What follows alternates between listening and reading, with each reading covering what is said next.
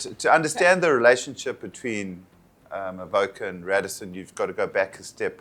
Avoca have been in this game for 15 years, done over 3 billion rand in projects, mixed-use projects.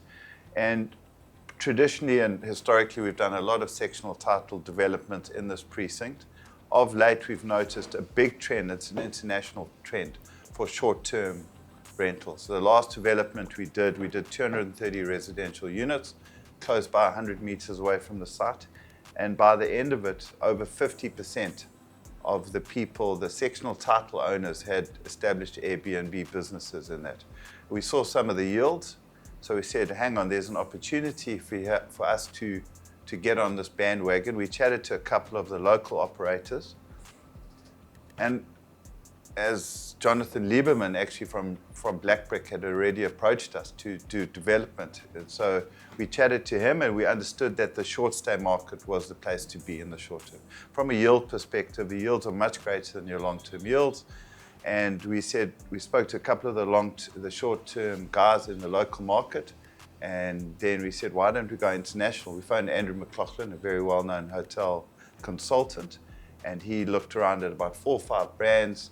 He, as a matter of interest, had worked for Radisson for 20 years. And he said Radisson had just invested about R1 billion down in the village. And he said Radisson are looking for another opportunity. So that's how the collaboration started. We said, why don't we tap into an international brand that's not only got access to local travelers, to local business people, it's an internationally recognized. The brand's been around for 75 years. It's in over 100 countries. And there are 1,500 hotels around. So why not? And that's how the collaboration started. So the Radisson, so what we're doing, we've got 183 keys, of which 165 are studios and one beds, and there are 18 penthouse units, of which 5 are actually double-story penthouse units. So those are your extraordinary units.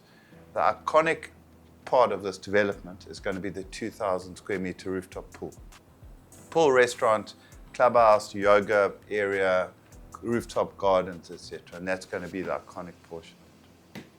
Yeah, and there's also obviously all the Radisson amenity and facilities. So we will have a full Radisson kitchen on the ground floor, complemented by a concierge and reception area and a nice lounge. Co-working areas, also restaurants at the ground level. Apart from the Radisson, there'll be another 98 long stay units. So we're segregating that relationship because, as you know, in some traditional sectional title developments, there's not an amicable relationship between long-term and short-term. So we're aware of that and we've separated them. So you can live in the same building as a short stay, but it's a long stay product, specifically for people who want to do long-term rentals and want to live there. So the old adage about location is also incredibly important in an apart hotel stroke serviced apartment development. So what you've got is the Umhlanga management precinct, which means you've got a double layer of security within the precinct and obviously within the building. You're 10 minutes from the airport, you're 5 minutes from the beach. You can walk to Gateway Shopping Centre, and you've got all the mixed-use facilities around Gateway. So that's why that location stuck out of it. We've been looking at this piece of land for some time, and when this Radisson opportunity came about, we sprung at it for that reason. Yeah, and I also think the Umhlanga Ridge lends itself both to leisure business for the hotel operation as well as business accommodation. There's a lot of offices and businesses in this area, which we will find a lot of the people coming to stay at the service apartment hotel operation would like to come stay in the close facility. And the hotels in this specific area are getting over 80% occupancy on average. So our research is that. And you must remember the fact that we have had Club Med, who spent 2 billion, in this Radisson, who spent 1 billion, Southern Sun, who spent, I'm not quite sure what the word is, maybe 500 million. And with their amount of market research and due diligence they would have done, this area is on the up. You know, it's certainly at a discount to your traditional Cape Town market, which is, in our opinion, and not everyone's opinion, a little bit saturated. So it's our time to shine as KZN, you know. So this is the first Radisson Serviced product in the country. So we have no doubt there's going to be a take-up from the investors and the buying public looking for a different asset class in their portfolios. Remember, you also get 30 days free stay. You automatically become a VIP member on the loyalty program, which gives you access to the 1,500 hotels. You get discounts, you get savings, you get all kinds of rebates. In order to usually get that VIP status, you have to spend 30 days at a Radisson. For buying a unit, you automatically get that. So that elevates you in terms of the group, and it gives you access to the reservation systems, to the entire group, which is a fantastic incentive. So we are quietly confident that this product is going to, we've launched the 40 units into the market at the moment. That's phase one, and as you know, phase one is always the cheaper phase, and so the sooner you get in, the better.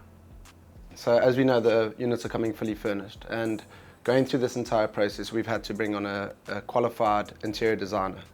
The interior designer has done about 8 Radissons globally, so they know what the minimum standards and requirements are from a Radisson global perspective.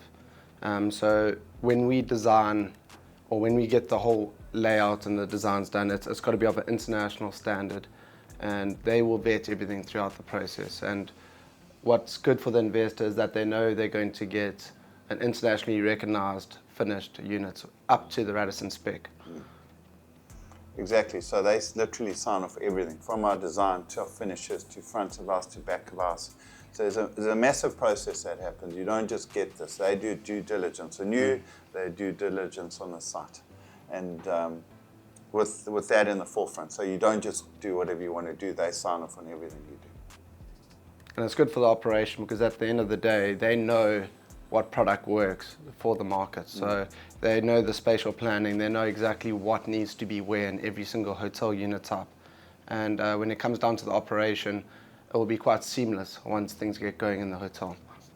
Listen, the reality is, and I'll say this, you're buying into a business. So with any business, there's initially and then eventually a maturity. But what I can guarantee is your return will be better than a long-term. If you owned a bachelor apartment or 1 bedroom in this area and you sold it on a long-term basis. So not on top of that, you're getting owner's use, getting the benefit of the VIP status we've spoken about, etc. So at the end of the day, we've modeled it, we've been given projections by our consultants, and we've got up to a 12.7% average yield over the first 5 years. That's a net. That's a net yield, net yield, yeah, net after levies. Obviously, you're buying direct from a developer, so there's no transfer duty. However, with every transfer, there's a legal cost, transfer cost, which is going to be included in the price. So we the developers are paying that. So obviously, there is a bond cost if you're raising a bond, but there are no transfer costs. No transfer duty, no transfer costs. If you're raising a bond, there is a bond cost. So the units are going to be coming fully furnished. So the Radisson have put together a full spec document of exactly what we need in a Radisson styled serviced apartment. So it lends itself not only for a short-term stay where the guys come and stay for one night, there's also a kitchenette where the guys can stay for long-term, weekly or even monthly stays in the hotel operation. So as you would walk into a standard Radisson hotel unit, we will have the minimum standard and spec of a Radisson hotel apartment. And so you're getting into a unit where you have a fully furnished kitchen, a lounge suite, and a bed and headset tables up to the Radisson spec. All the linen, all the operating equipment to run a hotel will be included in that unit and in the price. Final floors. Yeah, and then in terms of the actual finishes to the unit, you're going to have, we're going to have vinyl floors, we're going to have obviously skimmed and painted walls, or up to Radisson's minimum requirements. So very high-end finishes.